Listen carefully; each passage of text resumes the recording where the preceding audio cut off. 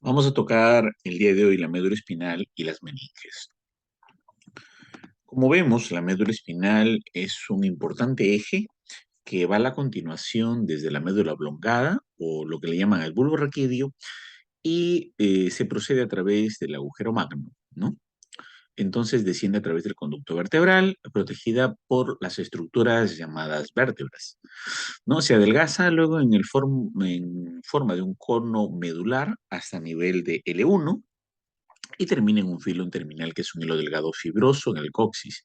Tiene más o menos 31 segmentos, cada uno asociado a un par de nervios espinales, 31 pares de nervios espinales, 8 cervicales, 12 torácicos, 5 lumbares, 5 sacros y 1 coxígeo. Los nervios lumbares y sacros se denominan cola de caballo, ya que recuerdan a esta condición. Y los nervios cervicales del 1 al 7 salen del conducto vertebral por encima del correspondiente nivel vertebral. Los nervios de C8 a L5 salen por un conducto vertebral debajo de su respectivo nivel vertebral. Y así estamos viendo la distribución entonces de los cuales salen los nervios espinales. Una falla en la compresión de las vértebras podrían producir una lesión a nivel de médula espinal. La médula espinal tiene una propiedad de que cada nervio está formado por unión de filetes radiculares anteriores y posteriores. Las raíces posteriores son aferencias sensitivas y las raíces anteriores conducen eferencias motoras a los músculos esqueléticos. La médula espinal consta de una sustancia gris y una sustancia blanca. La sustancia gris tiene una forma de H que contiene el asta posterior y anterior. Las astas posteriores están relacionadas con la sensibilidad, ¿no? Y las astas anteriores contienen neuronas motoras que inervan los músculos esqueléticos.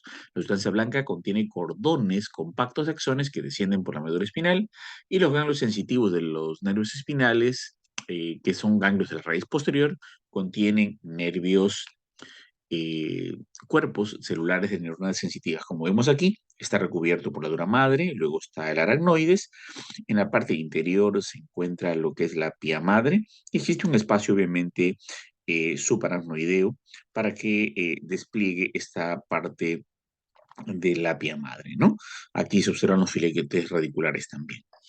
Como podemos observar adicionalmente, ¿no? En su visión anterior, se puede observar la sustancia gris en forma de H, la sustancia blanca que está alrededor y los filetes radiculares que emergen y salen, ¿no? Formando los ganglios sensitivos y posteriormente el nervio espinal.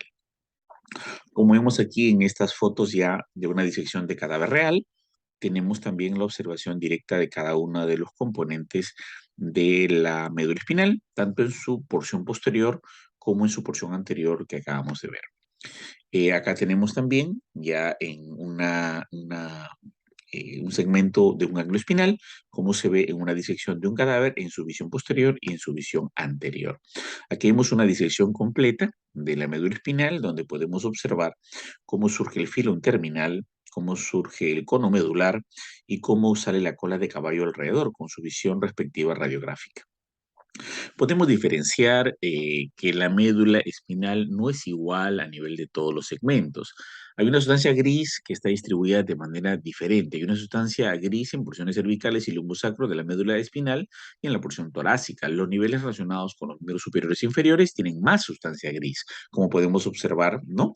Que hay mayor cantidad de sustancia gris. La cantidad de sustancia blanca aumenta desde las proporciones sacra y a cervical a medida que se van añadiendo fibras sensitivas a cada nivel.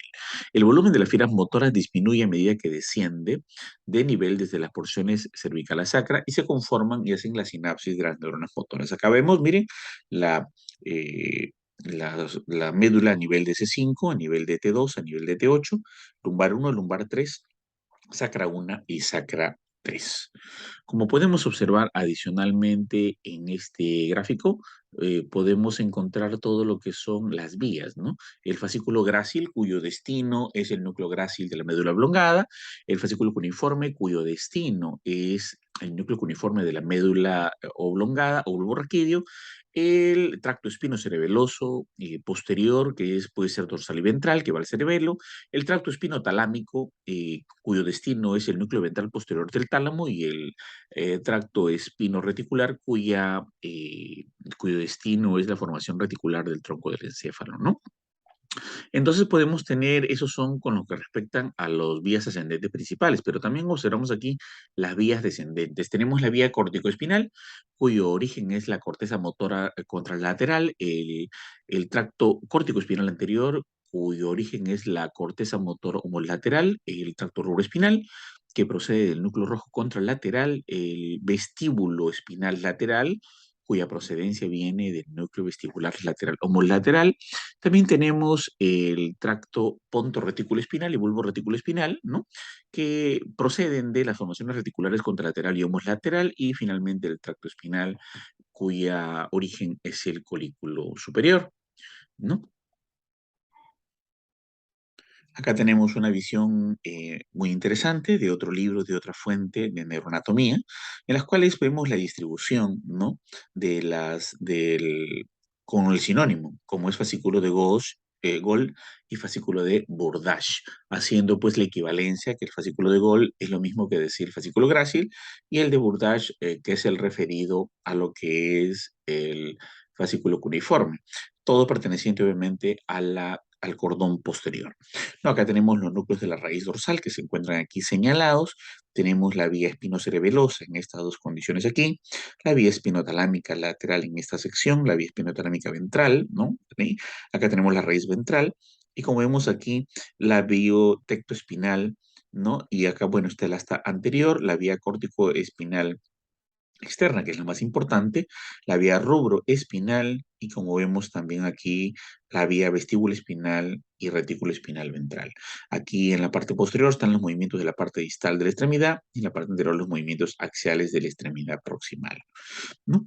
Acá vemos en un corte lo mismo, ¿no? A nivel de la médula espinal en cadáver, ¿no? Donde observamos cada uno de los componentes que ya hemos explicado. Acá vemos a nivel inmediatamente inferior la decusación de las pirámides con las mismas estructuras, ¿no? Que ya hemos hablado, como por ejemplo el fascículo cuneatus, ¿no? El núcleo grácil, ¿no? Que justo está en la terminación de la médula espinal a nivel de la decusación de las pirámides cuando inicia el bulbo raquídeo. Bueno, acá tenemos una fotografía a nivel de rayos X. Otro elemento importante que tenemos que trabajar, como sabemos, es la irrigación. Entonces, la médula espinal tiene las arterias posteriores, ¿no? Eh, y luego tenemos la arteria vasocoronal, que van a estar alrededor de la médula. Y acá tenemos la arteria espinal medular anterior. La arteria medular espinal anterior procede de una arteria segmentaria, mientras que las arterias espinales posteriores van a proceder de las arterias cerebrales inferiores posteriores y posteriormente se van a unir estas dos para dar origen a la arteria basilar, ¿no? Como vemos aquí en otra disposición, acá tenemos la arteria aorta. De la arteria aorta van a salir unas arterias importantes, que va a ser la arteria posterior intercostal, y la arteria posterior intercostal va a ser una rama dorsal intercostal posterior, la cual va a tener una rama del cuerpo vertebral de la dura madre y va a irrigar, obviamente, formando la arteria espinal anterior, ¿no? Para poder tener todo el tracto de la médula espinal con una buena irrigación. Acá vemos la observación desde su nacimiento hasta el final del del filum terminale, ¿no? Y la caudequina, ¿no? Cómo se distribuye la circulación a nivel de la médula espinal, ¿no? Acá tenemos, por ejemplo, la arteria espinal anterior, la arteria vertebral, las arterias radiculares anteriores, la cervical ascendente, la cervical profunda, la subclavia, la radicular anterior, la intercostal posterior, asimismo la arteria radicular anterior, la radicular anterior mayor, la lumbar y todas las asas anastomósicas para las arterias espinales posteriores que van a irrigar toda la médula espinal en su trayecto. Acá pues observamos a nivel inicial, ¿no? Cómo se forma a través de estas dos arterias espinales posteriores, la arteria, el origen que se va a dar con la arteria vertebral y va a conformar finalmente la arteria basilar, ¿no? Acá tenemos toda la irrigación a través de las arterias espinales posteriores de la médula espinal. Acá tenemos la arteria espinal anterior, que es una sola, es huérfana, ¿no? Y cómo van a surgir sus ramas posterocentrales y la arteria central anterior, la rama espinal y la rama neural, pues, respectivamente. Con respecto al plexo venoso y a la distribución venosa eh, de lo que corresponde a la irrigación sanguínea, podemos observar pues que tenemos el plexo venoso vertebral interno, tenemos la, eh, la vena espinal anterior, la vena central anterior, el plexo venoso vertebral interno anterior y la vena basivertebral, ¿no? Todo esto pues van a irrigar a la médula espinal, ¿no? Y en la parte, en la parte posterior vemos la vena espinal posterior, la vena central posterior, el plexo venoso pial, las venas espinales internas, la vena radicular anterior y posterior que van a estar también recogiendo la sangre venosa. Finalmente, pues en la estructura vertebral vemos cómo se distribuyen todo el plexo venoso vertebral interno posterior, la vena basiventral y el plexo venoso vertebral interno anterior, todo cómo se distribuye para recoger la sangre venosa de la médula espinal. Acá vemos una distribución tanto a nivel radiográfico como a nivel de lo que corresponde a una imagen esquemática de cómo se forma la cola de caballo, cómo se continúa el filum terminal, ¿no? Y acá tenemos el surgimiento de los ramos comunicantes blancos y los ramos comunicantes gris, ¿no? Acá tenemos el surgimiento de los nervios espinales y aquí pues en la parte inferior el surgimiento de la cola de caballo. Acá podemos ver, ¿no? Cómo está pues la terminación del saco dural, ¿no? Acabándose, acá cómo se forma la cola de caballo y finalmente su terminación antes del coxis. Un poco más acerca de la graficación que habíamos visto anteriormente sobre la distribución de las arterias y las venas a nivel de la médula espinal, que explica prácticamente lo mismo que ya hemos visto. Y aquí cómo surgen los ganglios de las raíces dorsales y los ramos comunicantes gris, ¿no? Y el ramo comunicante blanco que nos va a permitir la inervación de los nervios raquídeos que salen de la médula espinal. Acá podemos ya observar en un cadáver propiamente dicho, ¿no? Aquí tenemos en este caso un ganglio espinal. Acá tenemos una raíz dorsal, ¿no? En el número 14 vemos el ramo espinal ventral, ¿no? Y observamos cómo está, pues también en el número 8 la dura madre espinal. Como vemos, una distribución bastante interesante a nivel del cadáver. En esta fotografía, donde vemos el cordón espinal posterior, podemos observar en el número 12 la cauda equina, cómo se distribuye con diferentes filamentos, y también podemos observar un ganglio espinal, acá distribuido de manera interesante. Número 8 vamos a ver la dura madre espinal, ¿no? Y en el número 10 vamos a ver cómo surge el filum terminal que se va a proyectar hasta la parte final de la médula espinal. Acá finalmente, en esta visión posterior de la médula espinal, ¿no? Podemos observar aquí claramente cómo se forma un ganglio espinal en el número 7. En el número 11 vemos cómo está el cono medular, la terminación del cono medular aquí concluye, ¿no? En el número 10 vemos cómo continúa el filum terminale y finalmente el número 12 cómo se distribuye la caudequina.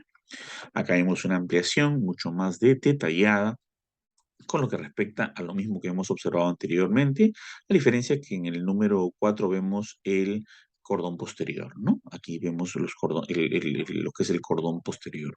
El número, en el número 3 podemos observar, ¿no? Las raíces dorsales torácicas de los nervios torácicos, ¿no?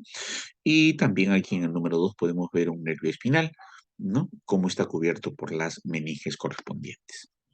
Aquí ya a nivel de la cola de caballo podemos observar algunos detalles más interesantes, como en el número 14 podemos ver el filum terminal y su surgimiento de un cadáver mucho más conservado. En el número 13 los nervios espinales sacros, ¿no? Eso es con lo que se quería aportar. Y aquí pues obviamente en esta región podemos observar, por ejemplo, nuevamente el número 14, que estamos hablando de la arteria espinal anterior, esta es la distribución arterial. Podemos observar aquí en el número 1 la dura madre, con una muy buena constitución, está bastante bien definida y diferenciada, y un cordón espinal en el caso del número 2 que podemos observar aquí, ¿no? Aquí tenemos un cadáver resecado desde el interior, ¿no? Y podemos observar la misma condición del cono medular, podemos observar también los nervios subcostales en la distribución que ya se ha estudiado previamente. Ahora pasamos al tema de las meninges. Cuando hablamos de las meninges, podemos observar que estas tienen una irrigación muy importante. En primer lugar, lo que recubre toda la capa cerebral se llama la dura madre, pero inmediatamente por debajo de la dura madre tenemos el seno sagital superior en la parte parieto-occipital, ¿no? Luego tenemos la rama mastoidea de la arteria occipital, la arteria meninge anterior distribuida que se ve tranquilamente traslúcida a través de la dura madre, ¿no? También podemos utilizar acá granulaciones aracnoideas porque sabemos que el aracnoides tiene una alta concentración de vasos sanguíneos. Es importante conocer y entender eso porque esa irrigación pues nos va a permitir nosotros saber que es bien vascularizado, ¿no? Acá tenemos lo que corresponde a las ramas meninges ya en una visión interior del cráneo y cómo dejan sus marcas las venas correspondientes y arterias, ¿no?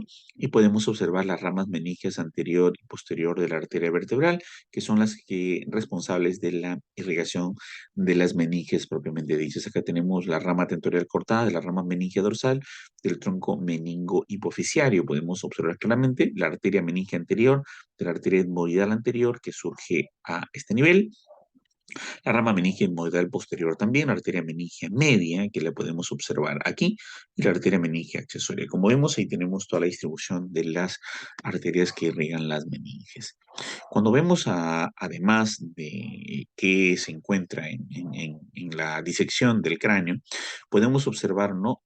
La aracnoides, que es la capa más vascularizada, la vía madre, que es la más interna, que recubre directamente a la parte visceral cerebral, y también en la parte externa la dura madre.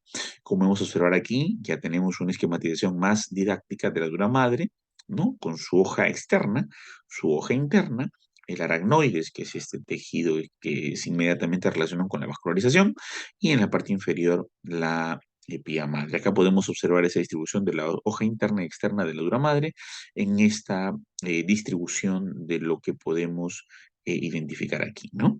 Tenemos aquí, por ejemplo, una expresión del seno sagital superior, ¿no? Con las respectivas granulaciones aracnoideas.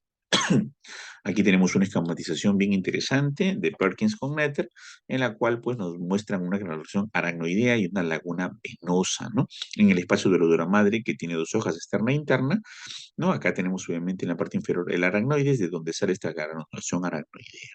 Y la pía madre, que es el directamente conectado con la parte visceral del cerebro, ¿no? Acá tenemos una esquematización de lo mismo a través de otra literatura y acá tenemos la misma expresión con otra visibilidad, ¿no? Lo mismo a través de la distribución de la pía madre, dura madre y aracnoides a través de toda la masa encefálica que se continúa hasta lo que es el cono medular, donde continúa a través del filum terminal. ¿No? Acá podemos observar, ¿no? La condición de una estructura muy importante que es eh, el tegmento, ¿no? Lo que es el techo de todo lo que es el tentorio, la tienda del cerebelo, que está conformado por una dura madre muy consistente, ¿no? Muy bien, eso es todo. Gracias.